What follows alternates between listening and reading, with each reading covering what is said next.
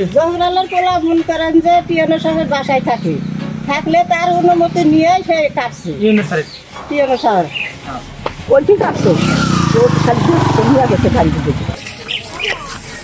আল্লাহ তো রেকর্ড না, এটা সরকারি জমি না, সরকারি জমি না।